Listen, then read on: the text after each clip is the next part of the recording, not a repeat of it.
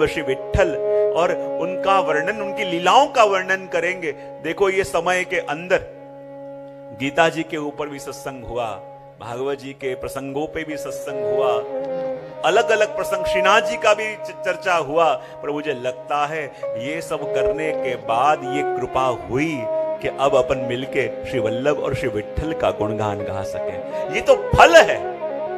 और जब आपकी ही लीला का वर्णन करने के लिए उपस्थित हुए हैं, श्री गोसाई जी प्रभु चरण विराज रहे हैं, मैं तो हमेशा कहता हूं ऐसे ही लगे कि आपकी गोद में बैठ के ये प्रसंग का वर्णन करना है। और कई बार मैं कहता हूं ना कि ऐसे ही लगता है कि जैसे छोटा सा बालक कहीं स्कूल से आया हो और उसके दादाजी उसे बुलावें और अपनी गोद में बैठा के कहें, अच्छा बेटा आज क्या पढ़ के आया मुझे सुना।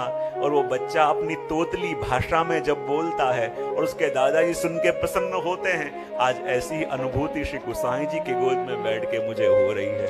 तो जैसे ही कृपा गोपाल दास जी के ऊपर हुई और उन्होंने ये वल्लभाख्यान गाना प्रारंभ किया, तो प्रथम आख्यान का गान अपन सब मिलके करेंगे कि जैसे ही वाणी स्फुरित हुई है, श्री गोसाई जी की तरफ दृष्टि करके मस्तक झुका के वो छोटे से 9 वर्ष के गोपाल दास जी गा रहे हैं और कह रहे हैं, वंदो श्री विठ्ठल वर सुंदर नवघन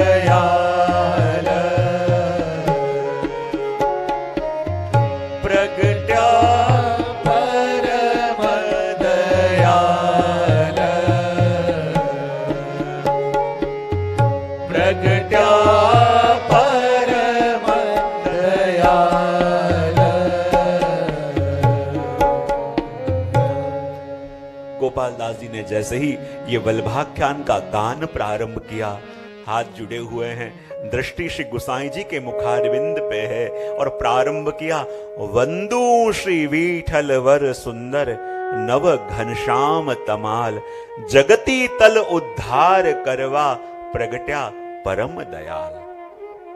जब प्रारंभ किया तो वंदन करके प्रारंभ किया और कहते हैं ना, शरीर तो झुकता है, हाथ तो झुक जाते हैं, मस्तक तो झुक जाता है, लेकिन जब तक अंतःकरण झुका नहीं है वंदन नहीं होते।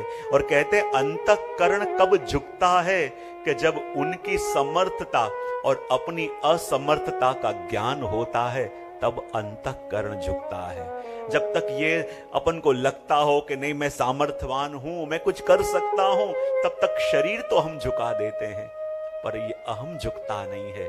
लेकिन जब पता चले कि प्रभु मेरा कोई सामर्थ है ही नहीं, जो भी कुछ है प्रभु मात्र आपकी कृपा है, और जब प्रभु के पूर्ण सामर्थ्य का अनुभव अपन को होता है, तब ये अंतःकरण, ये रोम रोम झुकता है। और जब रोम रोम झुके तब निकले वंदू श्री विठ्ठल वर सुंदर। और वास्तव में वंदन के अलावा अपन प्रभु को कुछ दे भी नहीं सकते, ना ही अपन कुछ कर सकते हैं, क्योंकि भक्त के पास वंदन के अलावा कुछ करने को है ही नहीं।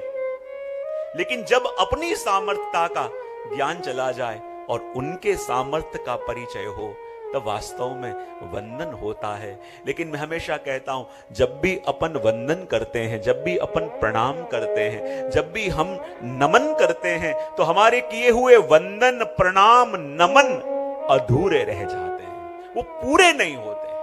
अपन को लगे पूरे क्यों नहीं होते, बोले वंदन भी करते हैं ना तो कोई वस्तु यहां से भेजी तो सामने से एक्सेप्ट हो तब वो पूर्ण होती है। प्रणाम भी जब अपन करते हैं तो प्रणाम तो कर दिए, वहां पहुंचे तब पूरे होते हैं। तो कहते हैं हमारे किए हुए वंदन प्रणाम नमन अधूरे क्यों रह जाते हैं?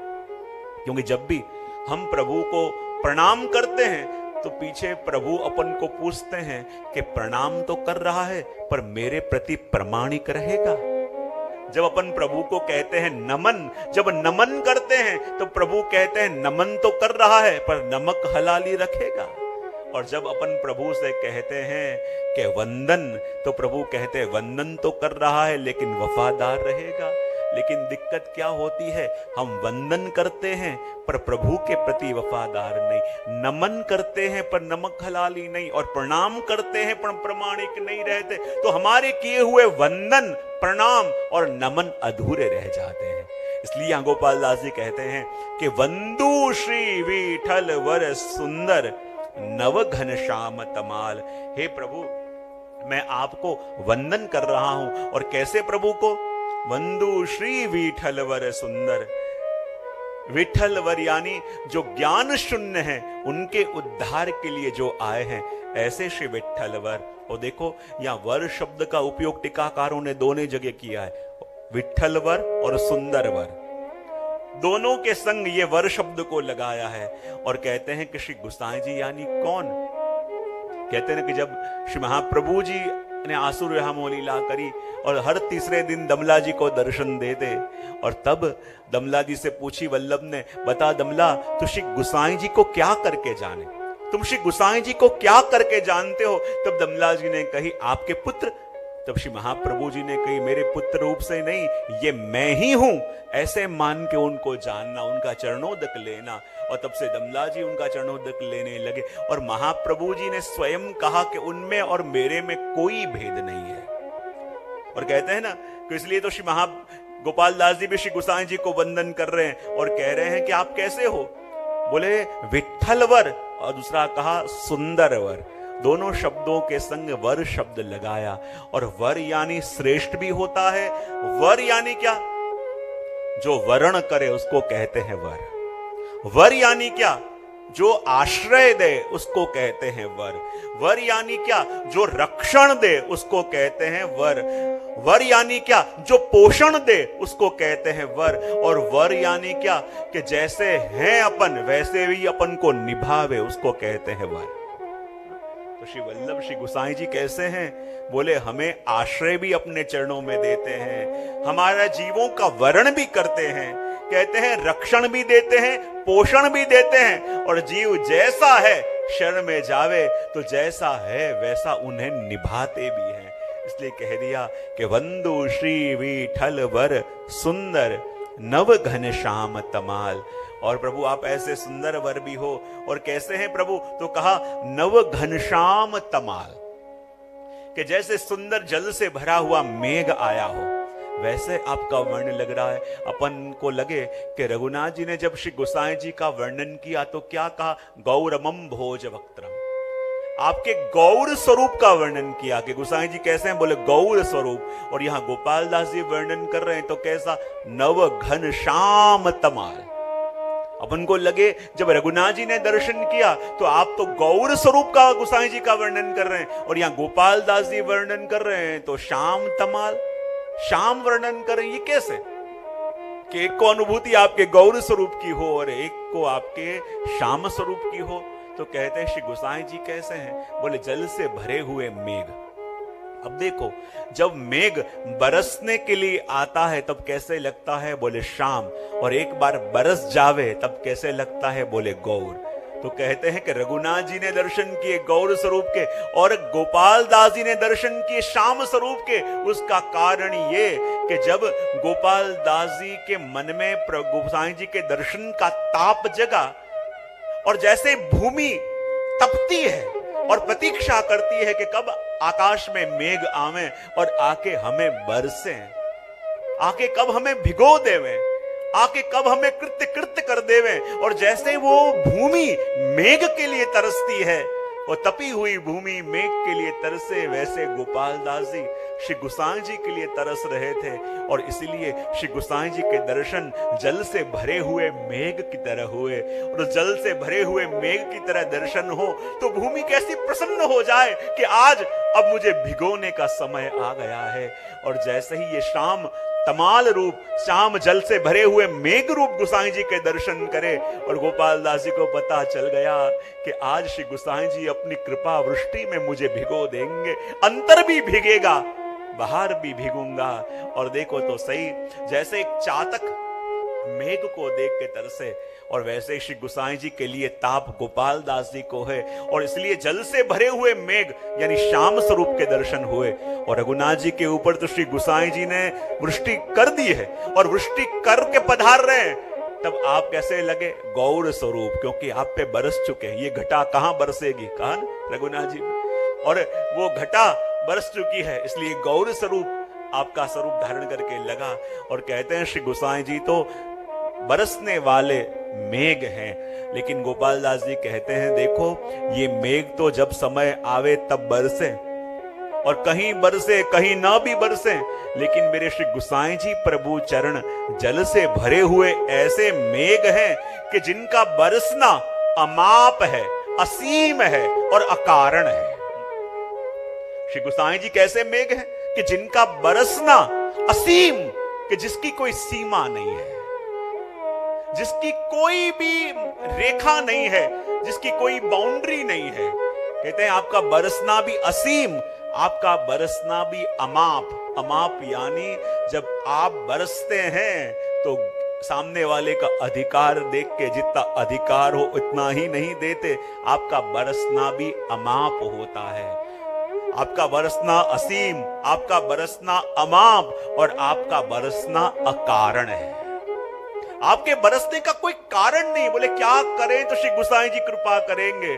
श्री गोसाई जी का बरसना किसी कारणों के मोहताज नहीं है, कृपा करना तो आपका स्वरूप है। और ऐसे श्री गोसाई जी के चरणों में गोपाल दास जी वंदन कर रहे हैं, इसलिए कहा वंदु श्री विठलवर। बोले क्यों? क्योंकि जब गुरु के चरणों में वंदन होता है, प्रभु के चरणों में वंदन होता है, तब ये मस्तक धारण करने का फल अपन को मिला। ऐसे मैं कई बार अपने प्रवचनों में एक दृष्टांत देता रहता था कि जब वो सम्राट अशोक अपने मंत्री के संग चलते चलते कहीं जा रहे थे और सामने देखा कोई फटेहाल वैरागी जा रहा था, कोई फटेहाल कोई साधु के कोई वैरागी था जा रहा था। और जैसे ही उसको देखा सम्राट अशोक ने मस्तक झुकाया, हाथ से प्रणाम किया। संग चल रहे मंत्री को ये बात ठीक नहीं लगी, सोचने लगे अरे कहां इतने बड़े सम्राट आप और कहां वो फटेहाल वैरागी, ना कोई जान ना कोई पहचान, और आपने सभी के सामने मस्तक झुका के प्रणाम किया। ये बात समझ में नहीं आई। सम्राट ने कहा समझ में नहीं आई तो ऐसे कर कल आके मुझे मिलना मेरे महल में। बोले ठीक है। और कल जब मंत्री गए तो सम्राट अशोक ने क्या किया, एक झोला दिया और कहा इस झोले के अंदर जितने भी पशु हैं उनके कोई ना कोई मस्तक रखे हुए हैं मैंने, और मनुष्य का भी मस्तक है। ऐसे कर बाजार में जा, इसको बेच के आ जा और फिर शाम को तुझे उत्तर मिल जाएगा। बोले ठीक है। जितने अपने वहां पड़े थे वो सारे रख दिए मैंने, बेच के आ जा। उसे लगा कि शेर का मस्तक भी है, हाथी का भी है, रीछ का भी है, घोड़े का भी है और मनुष्य का भी है। तो कहे कि सबकी कीमत तो अलग अलग होनी चाहिए, तो इसमें कीमत सबसे ज्यादा किसकी रखूं? बोले मनुष्य के ही मस्तक की होनी चाहिए। बोले क्यों? क्योंकि उसके अंदर तो बुद्धि है, वो चाहे तो सबको कंट्रोल कर सकता है, तो सबसे ज्यादा कीमत उसने मनुष्य के मस्तक की रखी। अब पूरा दिन घूमे तो हाथी का मस्तक लेने वाला मिला, शेर का मस्तक लेने वाला मिला, रीछ का मस्तक लेने वाला मिला, लेकिन मनुष्य की खोपड़ी की कोई कीमत देने वाला मिला नहीं। अब शाम होने को थी, उसने कहा कि शायद मैंने प्राइस ज्यादा रख दी है, तो उसने ऑफर लगाई कि by one get one free, एक खरीदो दूसरा फ्री। फिर भी कोई लेने के लिए नहीं आया। उसने और 70% डिस्काउंट का बोर्ड लगा के घूमने लगा, लेकिन कोई लेने के लिए नहीं आया। पूरा दिन घूम के जब राजा के पास गया, राजा ने कहा सब बेचा है? बोले हाँ। क्या देखा? बोले यही कि सभी पशुओं के मस्तक का मोल देने वाले लोग मिले, पर ये मनुष्य की खोपड़ी की कीमत देने वाला कोई नहीं मिला। ये बात समझ में नहीं आई। मैं तो जानता था कि मनुष्य की कीमत, उसके मस्तक की कीमत सबसे ज्यादा होनी चाहिए, लेकिन हर एक की कीमत देने वाले मिले, मनुष्य के मस्तक की कीमत देने वाला कोई क्यों नहीं मिला। और तब अशोक ने कहा कि देखो, इस दुनिया में मनुष्य के इस मस्तक की कोई कीमत नहीं है। ये मस्तक कीमती तब बनता है कि जब प्रभु के या गुरुजनों के चरणों में झुकता है, तब इसकी कीमत ही तब होती है, अन्यथा इसका कोई मोल नहीं, कोई लेने को तैयार नहीं।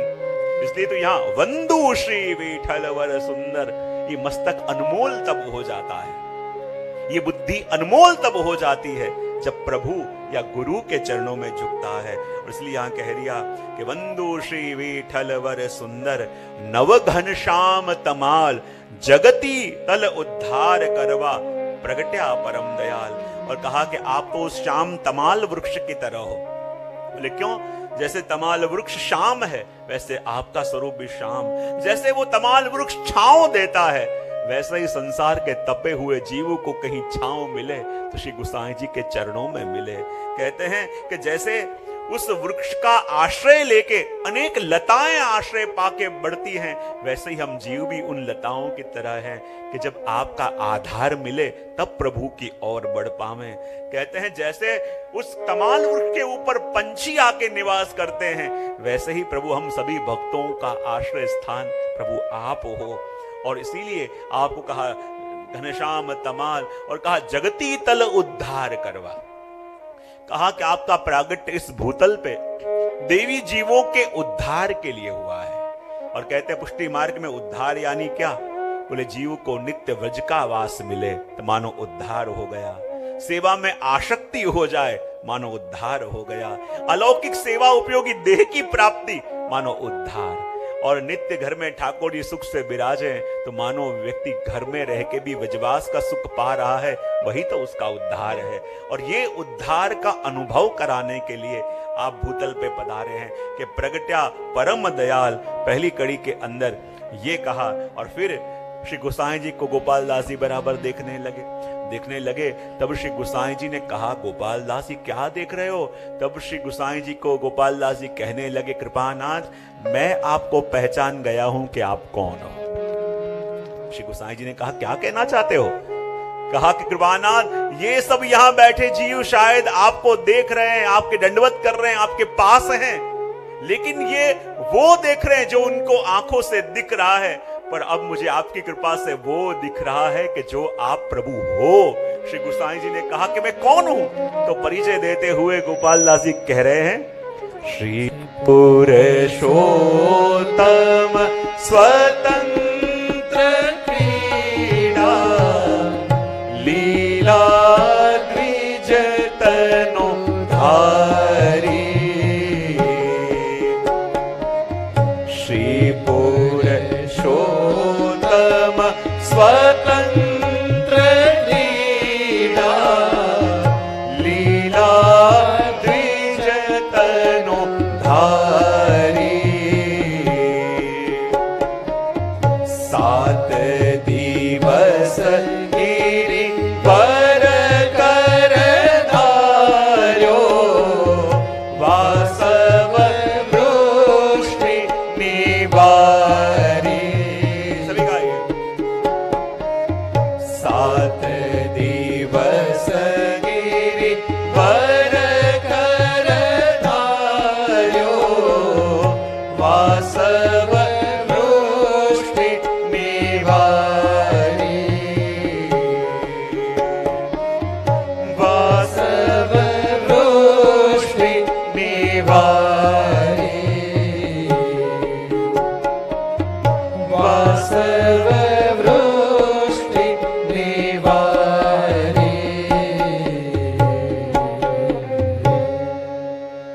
दूसरी कड़ी के अंदर, दूसरी तुक के अंदर यहाँ गोपाल दास जी श्री गोसाई जी से कह रहे हैं, कृपानाथ, यहाँ विराज रहे जितने भी वैष्णव हैं उनको आपके दर्शन कैसे हो रहे हैं कि आप आचार्य देह धारण करके, ब्राह्मण का देह धारण करके आप हमारे सामने विराजमान हो। और यही स्वरूप को आप प्रकट कर रहे हो, पर हे कृपानाथ ये दृष्टि आज आपकी कृपा से ये जान गई है कि प्रभु आप कौन हो। ये जीव के ऊपर प्रभु आज आपने जो अहेतु की कृपा करी है, जो अमाप असीम और अकारण कृपा करी है, तो कृपानाथ ये जीव देख पा रहा है कि प्रभु आप कौन हो। श्री गोसाई जी ने कहा कौन हूं मैं? और तब गोपाल दास जी कह रहे हैं कि श्री पुरुषोत्तम स्वतंत्र क्रीड़ा लीला द्विज तनु धारी 7 दिवस गिरिवर कर धार्यो वासव वृष्टि निवारी। प्रभु जानते हो आप कौन हो, चाहे आप अपने स्वरूप को छुपाओ, पर ये जीव ने आज आपको पहचान लिया। श्री गोसाई जी ने कहा कौन हो? और गोपाल दास जी कहते हैं श्री पुरुषोत्तम स्वतंत्र क्रीड़ा, वो स्वतंत्र क्रीड़ा करने वाले प्रभु वही पुरुषोत्तम आप हो। और लीला द्विज तनुधारी, और ये आचार्य के देह से, ये मनुष्य के देह से आप सामने विराज रहे हो प्रभु, ये तो आपकी लीला है।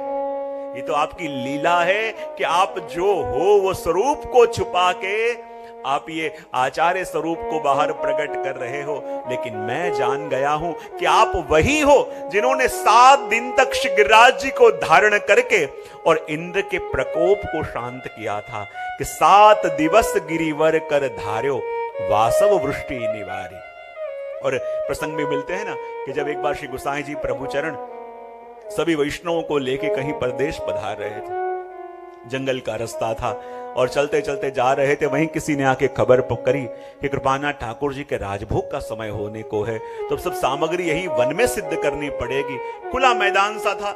श्री गोसाई जी ने कहा ठीक है, कनात बांध के यही सामग्री सिद्ध करो और प्रभु को राजभोग अरोगा के फिर अपन आगे जाएंगे। और वहीं राजभोग की सामग्री सिद्ध होने लगी, और जैसे सामग्री सिद्ध होने लगी वहीं आकाश में काले काले बादल मंडराने लगे, बिजलियां चमकने लगी और बादल गरजने लगे।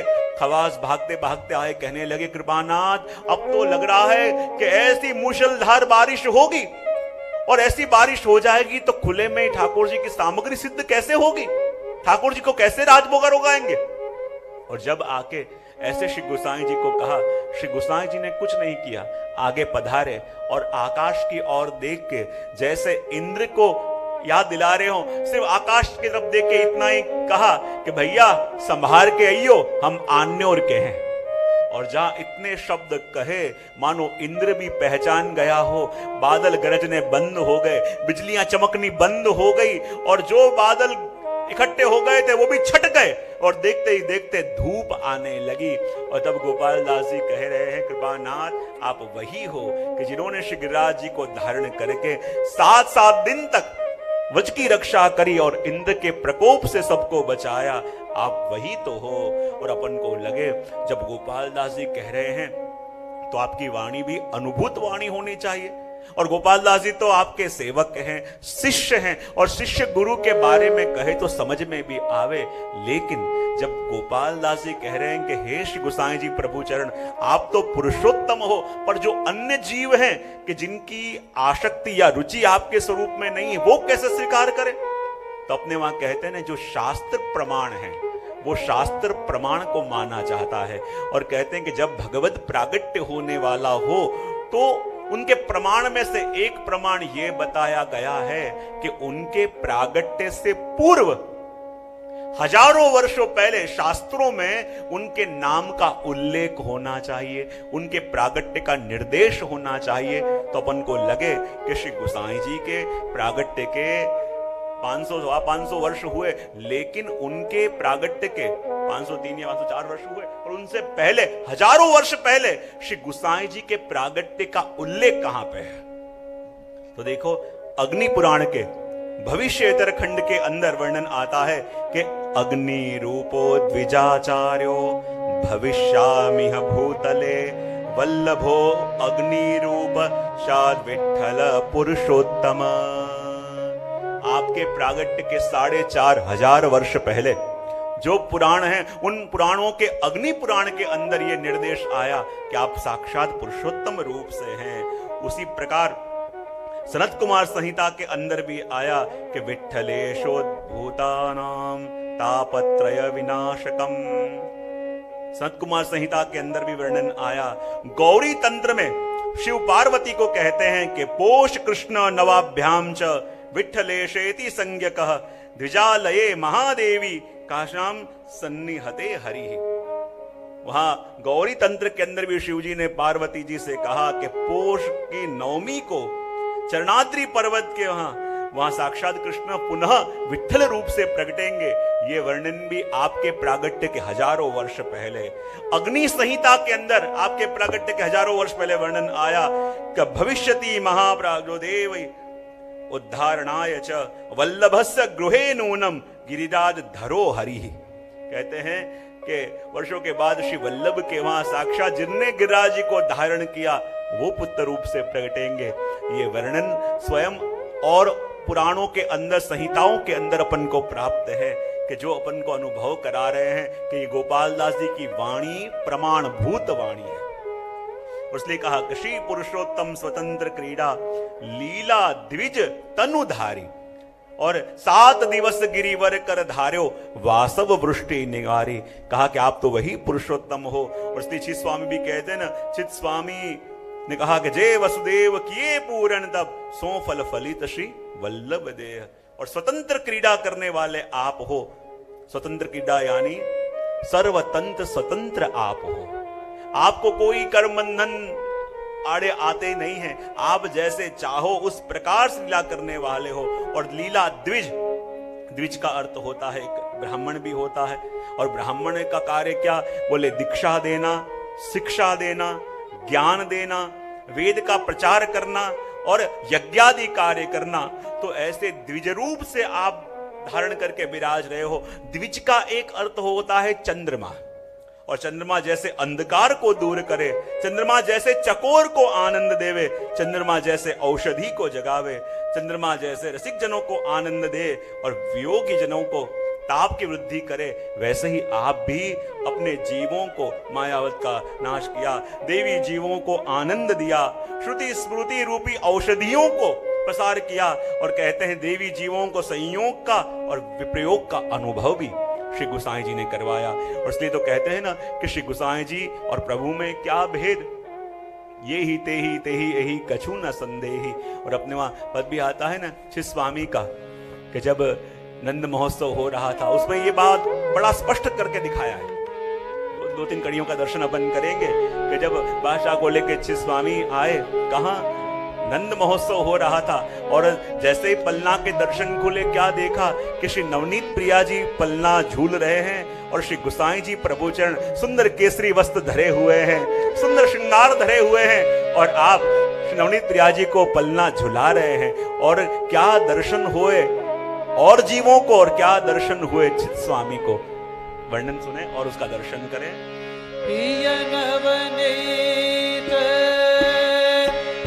पालन झूले प्रिया नवनीत, पालन झूले से विठ्ठल नाथ झुलावे हो। प्रिय नवनीत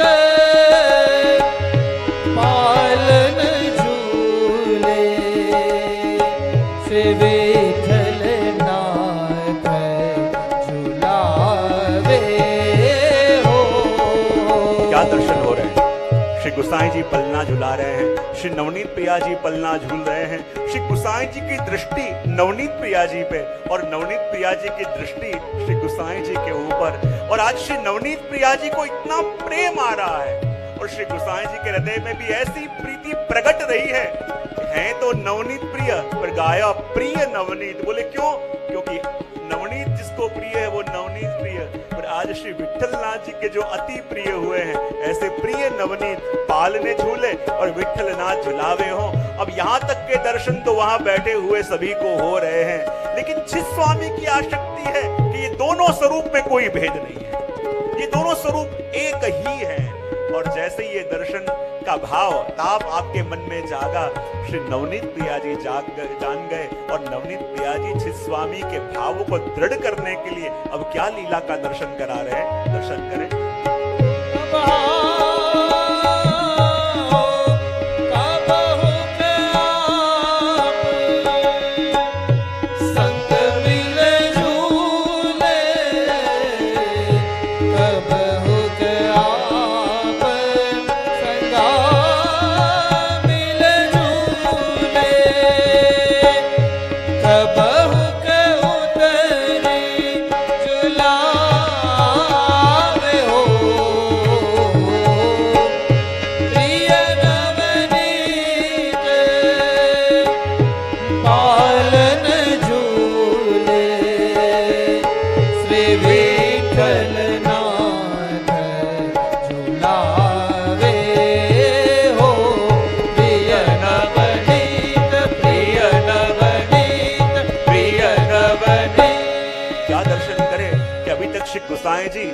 आप पलना झुला रहे हैं, श्री नवनीत प्रिया जी पलना झूल रहे हैं और वहीं स्वामी की दृष्टि दृढ़ हो गई, दृष्टि टिक गई। बोले क्या दर्शन अब उनको हो रहे हैं? उनके मन में भाव जगा था कि ये दोनों एक ही स्वरूप है, लेकिन मुझे इस लीला के दर्शन कैसे हो ताकि जानूं कि दोनों स्वरूप में कोई भेद नहीं है। नवनीत प्रिया जी ये मनोरथ जान गए, श्री स्वामी के मन में जागा है। और नवनीत प्रिया जी ने क्या किया, जैसे अभी श्री गोसाई जी पलना झुला रहे थे, वहीं नवनीत प्रिया जी श्री गोसाई जी का हस्त पकड़ा और कहा कृपाना आप मेरे संग आके झूलो। श्री गोसाई जी ने कही कि हम संग कैसे झूलो, सब यहाँ है कि मेरा मनोरथ है, आप मेरे संग झूलो। और जैसे श्री गोसाई जी अभी तक पलना झुला रहे थे, नवनीत प्रिया जी झूल रहे थे, लेकिन श्री स्वामी को दर्शन हो रहा है कि गोसाई जी और नवनीत प्रिया जी एक पलने में संग झूल रहे हैं। और तब प्रेम की पराकाष्ठा आगे दर्शन क्या हुई कि कबहू का आप संग मिले झूले। और अब तो नवनीत प्रिया जी नीचे उतर के पधारे और पहले श्री गोसाई जी नवनीत प्रिया जी को झुला रहे थे और अब नवनीत प्रिया जी नीचे उतर के पधारे और वो स्वयं श्री गोसाई जी को पलना झुला रहे। और क्या दर्शन हुआ,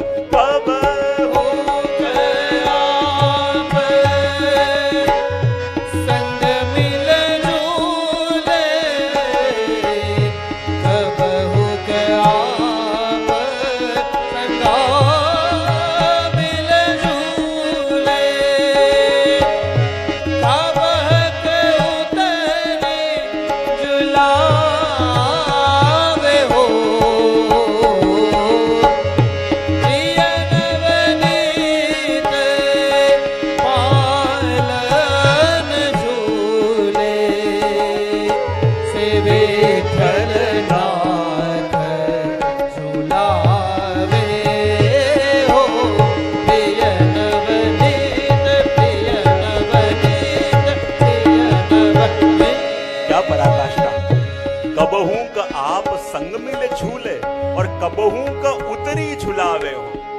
श्री नवनीत प्रिया जी को पहले तो श्री गोसाई जी झुला रहे हैं, ऐसे दर्शन हुए, लेकिन श्री स्वामी को फिर दर्शन हुए कि श्री गोसाई जी को अपने संग बैठा लिया, संग झूले। और फिर तो ये पराकाष्ठा कि नवनीत प्रिया जी नीचे उतरे, श्री गोसाई जी को झुला रहे हैं। और अब श्री नवनीत प्रिया जी के मन में मनोज जागा है कि श्री गोसाई जी प्रभु रूप तो हैं और एक स्वरूप आपका चंद्रावली जी का भी है, और चंद्रावली जी का स्वरूप श्री गोसाई जी का है। तो आपका मन में मनोज जागा क्योंकि प्रभु को चंद्रावली जी का नित्य बड़ा प्रिय है और नित्य बड़ा प्रिय है। तो आपने हट पकड़ी कि अभी इसी समय मुझे आपके नित्य का दर्शन करना है। श्री गोसाई जी समझावे कृपानाथ ये लीला तो कुंज की है, दर्शन खुले हैं, सभी लोग हैं, तो ये प्रगट लीला कैसे होगी। पर नवनीत प्रिया जी ने हट पकड़ी है कि मुझे तो चंद्रावली जी आपके नित्य का दर्शन करना है और नित्य का दर्शन करके ही मुझे सुख मिले।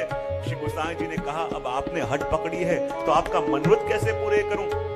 अभी गोसाई ने क्या किया, हाथ में एक फिरकनी ली और फिरकनी लेके ऐसे घुमाया कि जैसे फिरकनी के दर्शन करें तो चंद्रावली जी जब नृत्य करें और आपके घाघरे का घेर गोल गोल दर्शन हो, वैसे ही जब फिरकनी घूमी तो आपको ऐसा लगा कि चंद्रावली जी नृत्य कर रही हैं और आपके घाघरा का घेर गोल गोल घूम रहा है। लेकिन श्री नवनीत प्रिया जी ने कहा नित्य तो दर्शन करूं, पर नित्य में आनंद तब आवे कि जब चरणों में धारण करे हुए नूपुर को आवाज भी आवे। जब तक नूपुर को आवाज नहीं आवे नित्य में आनंद कैसे आवे। और ये मनोरथ जब किया तो श्री गोसाई जी ने क्या कहा कि फिरकनी घुमाई और फिरकनी घुमा के झुनझुन हाथ बजावे और चक्करी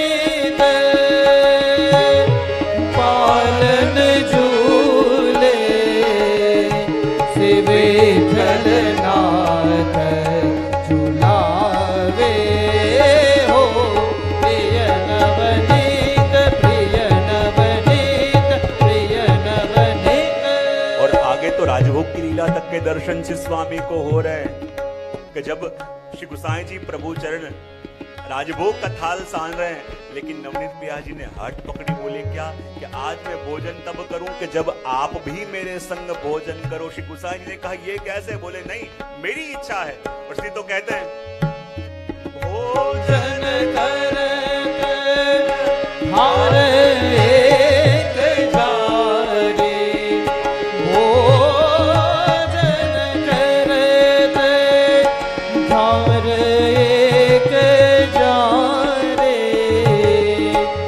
दो मिल खाय खवावे हो।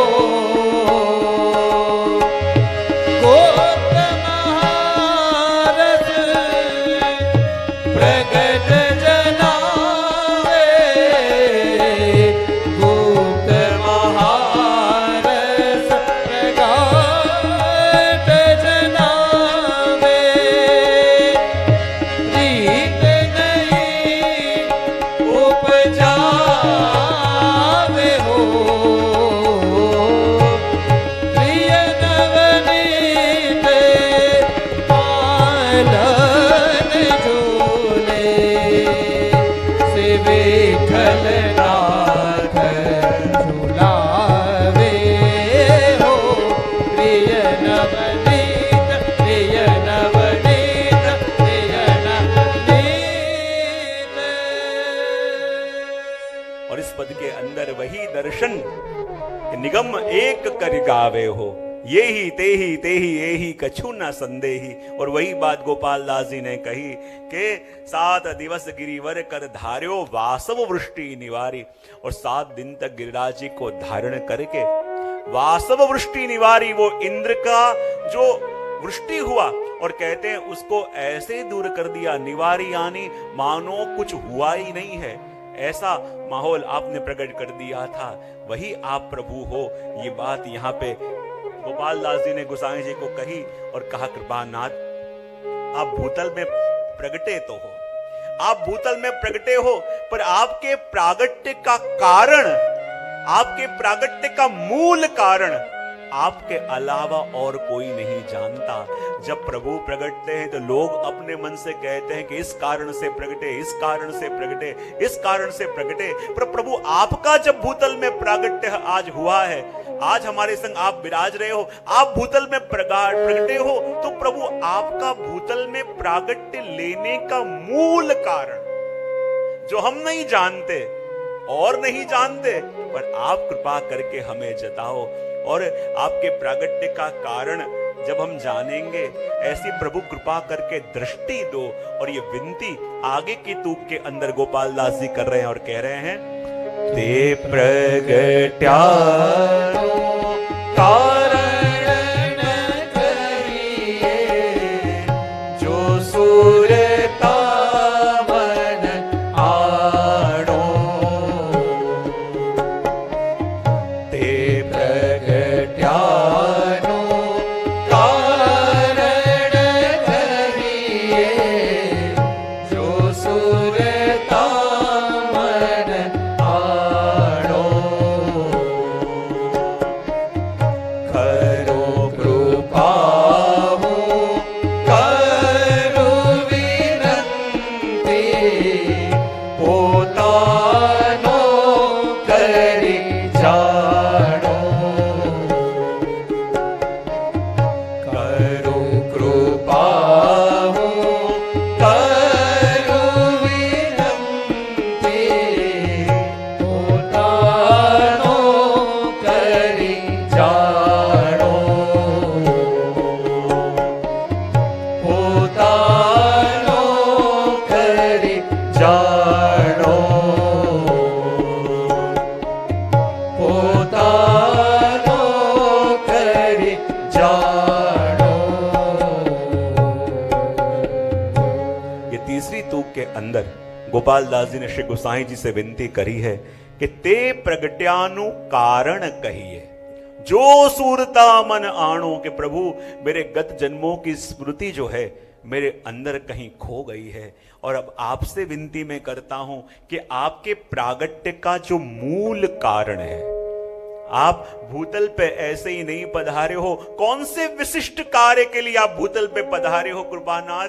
आज मेरे मन में वो जागने की इच्छा हुई है, आज मेरे मन में प्रभु वो जागने की जिज्ञासा व्यक्त हुई है। तो हे प्रभु, आप अपने जीवों को अपने स्वरूप का दान कब करते हो? तो कहा कि करो कृपा हूं करू विनंती, पोतानो करी जानो। हे प्रभु, मैं तो यही विनती आपसे करता हूं, क्योंकि मेरी वो स्मृति या मेरी वो योग्यता नहीं है कि आपके प्रागट्य के मूल कारण के दर्शन का मैं वर्णन कर सकूं। मैं तो इतना जानता हूं कि जिनको आप अपना कहते हो, जिनको आप अपना मानते हो या जिनको आप अपना कर लेते हो, वही जीव प्रभु आपके मूल स्वरूप को पहचान सकते हैं। इसलिए कहा करो कृपा हूं करू विनंती, पोतानो करी जानो। बस कृपानाथ में यही विनती करता हूं कि मुझे प्रभु आप अपना मानो, अपना करके मानो। और देखो, अपना मानो ये कहना सर, अपना कब माना जाए और अपना कब कहा जाए? जब अपना अधिकार उसके ऊपर आ जावे। हाँ, और जब देखो, जब गुरु के शरण में भी जावे और गुरु सिर्फ अच्छी अच्छी बातें अपन को करें, तब मानो ये कहीं शायद व्यवहार निभा रहे हैं। लेकिन जब अपन को कड़वे शब्द भी कहें, जब अपन को टोके भी सही, अपन को रोके भी सही, अपन को डांटे भी सही, तो पूर्व आचार्यों का कहना है तब मानना कि अब अपन को अपना माना है। अपना माना यानी अपने ऊपर अधिकार माना, और अधिकार माना तो कहीं गलती करें तो अपन को रोके भी और टोके भी। और इसलिए तो अपने प्राचीन भगवती कहते कि जब मैं गुरु के पास जाऊं और गुरु बहुत सम्मान दे के बुलावें तो मुझे लगे अभी भी पराया जाना है, लेकिन जब मैं गया हूं और कहे वहां बैठ जा, ये कर दे वो कर दे, मुझे लगे हाँ अब अपना माना और अपना अधिकार माने, तभी तो अपन को कह पावे। और इसलिए देखो, यहां गोपाल दास जी कह रहे हैं करो कृपा हूं करू विनंती, पोतानो करी जानो। और गुरु ने हमें अपना माना तब कहा जाए कि जो किसी को न कहते वो अपन को कह दे। अपन को लगे 10 लोग यहाँ थे, सबको अच्छा बोला, मेरे संग से बोला, तो मानो कि देखो और जगह व्यवहार निभा रहे पर आप पे अधिकार जता रहे हैं। और अधिकार कब जतावे? कि जब अपना माना हो। और इसलिए कह दिया करो कृपा हूं करू विनंती, पोतानो करी जानो। पोतानो करी जानो यानी ये भी कह दिया कि अपना मानो, और दूसरा ये भी कहा पोतानो करो और पछी जानो। जब तक अपना नहीं करेंगे तब तक न मैं आपको जान पाऊंगा न आप मुझे जान पाओगे। और इसलिए कहा कि करो कृपा हूं करू विनंती, पोतानो करी जानो। और जैसे अर्जुन ने प्रभु से विनती करी थी कि प्रभु आपके वो विराट स्वरूप के दर्शन मुझे करने हैं, लेकिन जब तक प्रभु ने वो दिव्य दृष्टि नहीं दी तब तक अर्जुन के सामने प्रभु विराज रहे थे, वो जान नहीं पाए। लेकिन जैसी विनती अर्जुन ने करी, ऐसी ही विनती गोपाल दास जी ने इस स्तूक में श्री गुसाई जी से करी कि आपके प्रागट्य का कारण मैं जानना चाहता हूं, आप क्यों प्रगटे, ये प्रगटने की इच्छा कहां से जगी, तब से मैं जानना चाहता हूं। और जब ये विनती गोपाल दास जी ने करी कि पोतानो करी जानो, और देखो श्री गुसाई जी ने मानो उनको दिव्य दृष्टि दी। और जैसे ही दिव्य दृष्टि मिली और आगे चौथी कड़ी से वो कैसे अक्षर ब्रह्म के अंदर से अक्षर ब्रह्म का वर्णन कर रहे हैं, उसमें से कैसे बड़े बड़े योगी उनका लय उसमें हो रहा है, उसका दर्शन उनको होने लगा विनती करते ही। और आगे चौथी कड़ी के अंदर वो कह रहे हैं व्यापक रूप अद्वैत ब्रह्म जे तेजोमय कहवाय।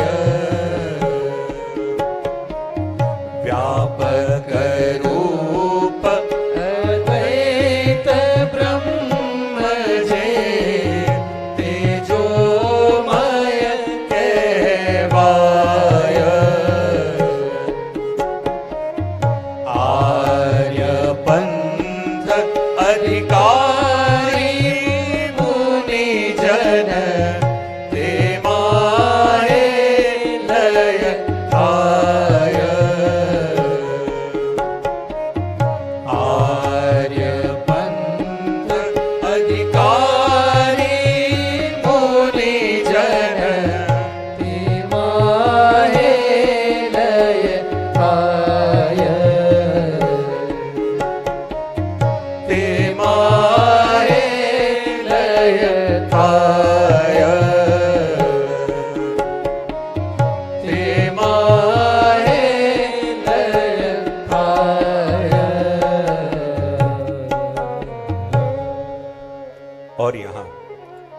गोपाल दास जी को मानो श्री गोसाई जी ने दिव्य दृष्टि दे दी हो और दिव्य दृष्टि का दान किया हो, और उसके अनुरूप सबसे पहले उनको अक्षर ब्रह्म के दर्शन हुए। और जैसे ही अक्षर ब्रह्म के दर्शन हुए, और गोपाल दास जी वर्णन कर रहे हैं कि व्यापक रूप अद्वैत ब्रह्म जे तेजोमय कहवाए। ये अक्षर ब्रह्म का स्वरूप कैसा है? तो अक्षर ब्रह्म के स्वरूप का वर्णन गोपाल दास जी कर रहे हैं और कह रहे हैं कि व्यापक रूप अद्वैत ब्रह्म जे। ये अक्षर ब्रह्म कैसा है? बोले सर्वव्यापक। ये कैसा है? अद्वैत। ये कैसा है? स्वयं प्रकाशमान। और कहते हैं जितने भी बड़े बड़े ज्ञानी, बड़े बड़े विद्वान, बड़े बड़े तपस्वी हैं, उन सभी की प्राप्ति वो अक्षर ब्रह्म में हो रही है। वो बड़े बड़े ज्ञानियों का लय अक्षर ब्रह्म के अंदर हो रहा है। ऐसे दर्शन गोपाल दास जी को हो रहे हैं। और गोपाल दास जी कह रहे हैं देखो, जब तक द्वापर तक तो सभी जीवों का लय ये अक्षर ब्रह्म के अंदर होता था, क्योंकि अभी वल्लभ प्रगटे नहीं है, अभी तक श्री विठ्ठल प्रगटे नहीं है। और आगे क्या दर्शन किया? देखो, ये एक एक कड़ी ऐसी है कि एक एक कड़ी के अंदर अपन को एक एक दिन भी कम पड़े, पर 5 दिन है और 9 आख्यानों का दर्शन करना है। और इसलिए अपन कहीं कहीं पान भी करेंगे, कहीं आचमन भी करेंगे और कहीं स्नान भी करेंगे। इसी क्रम से अपनी यात्रा आगे बढ़ेगी। तो वही अक्षर ब्रह्म का वर्णन आगे करते हुए वो कह रहे हैं, अक्षर आदि अखंड अनुपम उपमा कई नव जाए। अक्षर आदि अखंड अनुपम उपमा कही नव जाय। अस्तु वस्तु सहु को मिली बोले, निगम नेति नेति गाय। अस्तु वस्तु सहु को मिली बोले, निगम नेति नेति गाय। निगम नेति नेति गाय।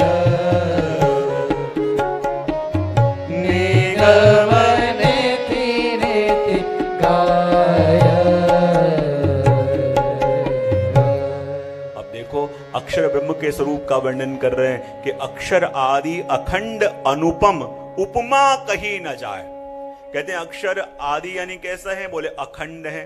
और कहते हैं कि उपमा कही न जाए, क्योंकि नैनों का विषय नहीं है, आकार नहीं है। और वर्णन करना हो तो उसका हो सकता है कि जिसके आगे आकार हो, जिसका रूप हो, वर्ण हो, स्वरूप हो, लेकिन यहां तो वर्णन हो नहीं सकता। और इसलिए कह रहे हैं कि अक्षर आदि अखंड अनुपम उपमा कही न जाए। जिसकी उपमा नहीं दे सकते, क्योंकि उसका दर्शन हो रहा हो तो उसको किसी की उपमा दे सकें। और अस्ति वस्तु सबको मिली बोले, निगम नेति नेति गाय। और जब वेद भी उसका वर्णन करने जाएं तो नेति नेति यानी उसका अंत है ही नहीं, अंत है ही नहीं, ऐसे वर्णन करे। और देखो, गोपाल दास जी को तो अभी उतावल है पर ब्रह्म का वर्णन करने की, गोपाल दास जी को उतावल है पुष्टि पुरुषोत्तम का वर्णन करने की। इसलिए संक्षिप्त में ये बात कह दी। और आगे 6ठे और 7वें ये दोनों कड़ियों के अंदर वो पुष्टि पुरुषोत्तम के वर्णन की शुरुआत आगे करने जा रहे हैं। और कह रहे हैं, निर्गुण नो निर्देश अटपटो रसनाशी पेरे कहिए, रूप वर्ण वपु दृष्ट पदार्थ, त्याए को नव लहिए। तेह की पुरुषोत्तम अड़गा, लीला अक्षर विहार। ब्रह्म ज्ञान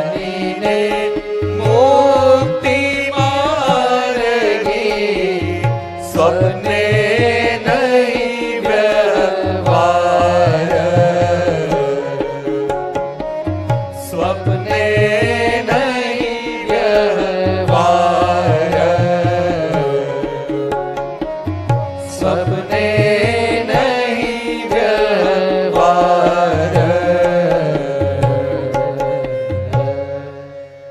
छठे और सातवीं तोक के अंदर निर्गुण ब्रह्म का वर्णन किया, लेकिन वर्णन करें कैसे? या तो रूप हो या वर्ण हो या वपु हो तो वर्णन कर सके।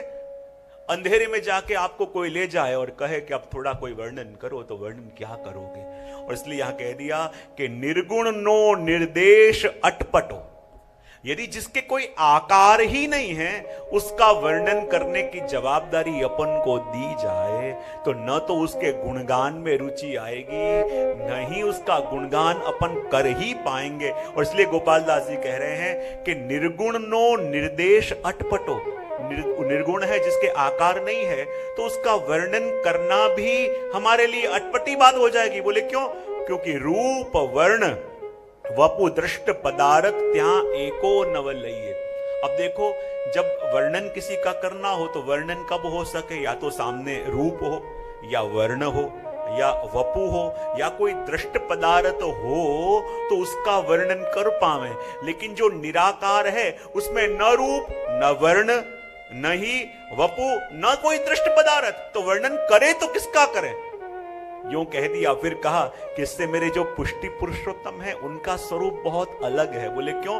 इसलिए वो बताने कह दिया कि ते थकी पुरुषोत्तम अड़गा, उससे हमारे जो पूर्ण पुरुषोत्तम है वो बिल्कुल अलग हैं। बिल्कुल अलग है यानी वहां रूप भी है, वहां वर्ण भी है, वहां वपु भी है और वहां दृष्ट पदार्थ भी है।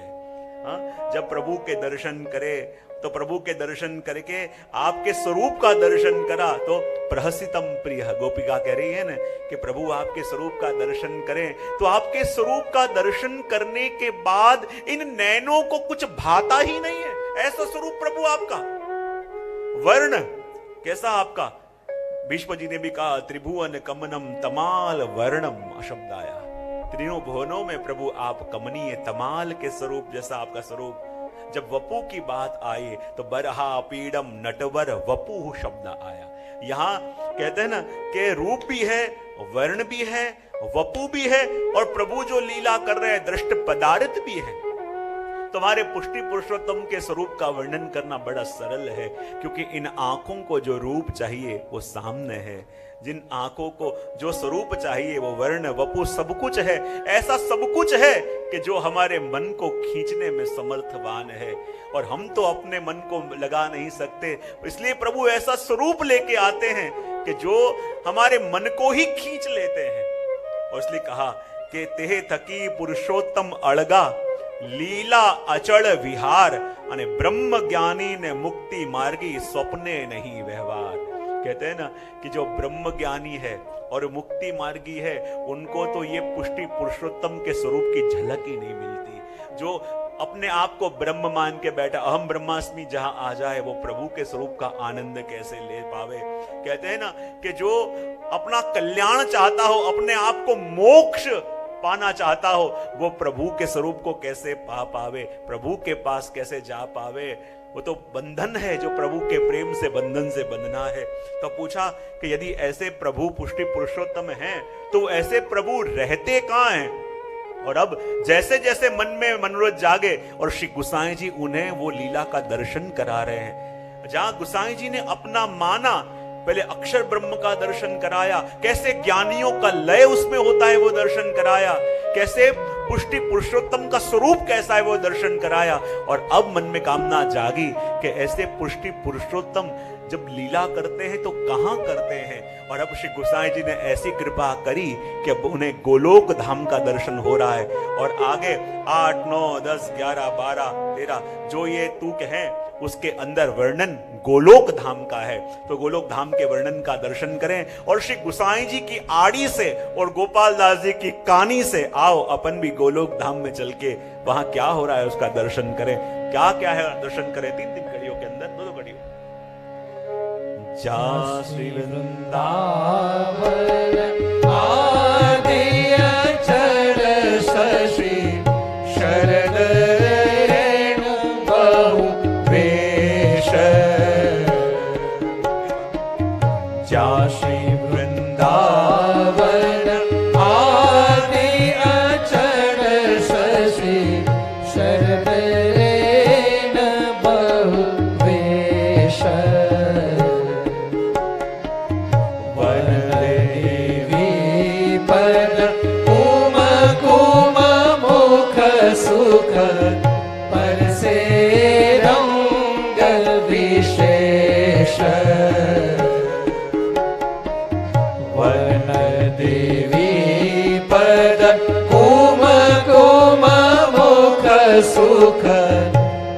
से रंग विशेष, पर से रंग विशेष।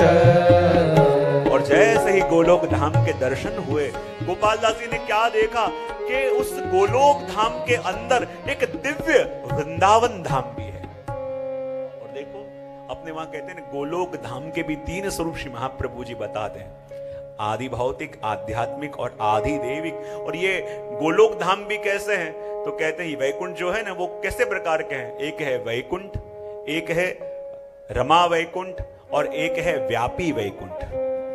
तीनों में क्या भेद, तो कहते हैं वैकुंठ के अंदर अकेले नारायण विराज रहे, रमा वैकुंठ के अंदर ठाकुर जी शेष सैया पे पौड़े हैं और लक्ष्मी जी आपके चरणों की सेवा कर रही है, उसको कहते हैं रमा वैकुंठ। लेकिन जो व्यापी वैकुंठ है वो कौन है, वो क्या है, वो कैसा है, जिसमें एक प्रभु विराज रहे हैं और हजारों हजारों लक्ष्मी जियां आपकी चरणों की सेवा कर रही हैं।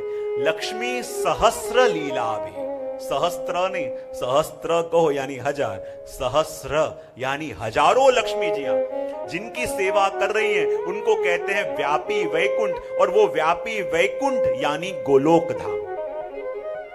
और उस गोलोक धाम के अंदर एक दिव्य वृंदावन धाम भी है। और वो वृंदावन कैसा है, उसका दर्शन गोपाल दास जी खड़े होके कर रहे हैं, मानो उनकी गति वहां पहुंच गई। और क्या देख रहे हैं, जहां श्री वृंदावन आदि अचल शशि, वो वृंदावन के अंदर एक ऐसा चंद्रमा है कि जो अचल है, जो कभी डूबता नहीं है, जो कभी उगता नहीं, सदा अचल रहता है, ऐसा चंद्रमा है। और कहते हैं शरद रेणु बहुवेश।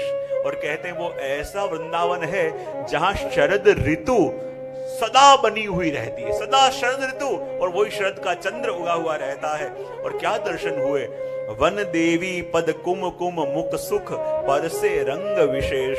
और अचानक गोपाल दास जी की दृष्टि पड़ी और क्या देखा कि वहां वन में रहने वाली जो बिहलिनियां हैं, जो कुमुदनियां हैं, वो भागती भागती आई और वहां के घास में जो कुछ लगा था लेके मुख में पधराने लगी। और जहां मुख में पधराने लगी, गोपाल दास जी के मन में आया कि वन देवी पद कुम कुम मुख सुख परसे रंग अनेक, ये कुछ लेके मुख में पधरा रही, ये क्या है। मन में जिज्ञासा जगी, श्री गोसाई जी की ओर देखा, उनका स्मरण किया और श्री गोसाई जी ने अंतरंग लीला का दर्शन कराया कि वहीं श्री गिरिराज जी विराज रहे हैं। और गिरिराज जी की कंदरा के अंदर आज जब स्वामी जी प्रभु की प्रतीक्षा कर रहे थे और प्रभु को पधारने में देर हो गई, स्वामी जी मान करने लगे। और तब प्रभु ने कहा क्या करूं तो आप मानोगे। तब स्वामी जी ने कहा कृपानाथ, आज आपके चरणारविंद मेरे मस्तक और मेरे हृदय में पधराओ। और जब प्रभु ने अपने चरणारविंद स्वामी जी के मस्तक और हृदय में पधराए, तो स्वामी जी के मस्तक का कुमकुम, केसर, कस्तूरी और आपके हृदय का चंदन इत्यादि प्रभु के चरणों में लगा। और वही चरणों से चल के जब उसी घास में होते हुए प्रभु पधारे, तो प्रभु के चरणों का और राधा जी के हृदय और मस्तक का कुमकुम, केसर, कस्तूरी वहां की हरी हरी घास के अंदर लगा। और जैसे ही उन वन देवियों ने देखा कि प्रभु अभी यहां से पधारे, भागती भागती आई और ठाकुर जी के चरणों का और राधा जी के हृदय और मस्तक का वो कुमकुम, केसर, कस्तूरी वहां की हरी हरी घास में जब उन्होंने देखा, वो लेके आपने अपने मुख में और मस्तक पे पधराया, तो स्वामी जी के हृदय और मस्तक से संबंधित और प्रभु के चरणों के संबंधित वो कुमकुम केसर को जैसे ग्रहण किया, तो प्रभु ने उन्हें भी गोपी जनों जैसा अधिकार और सुख दिया।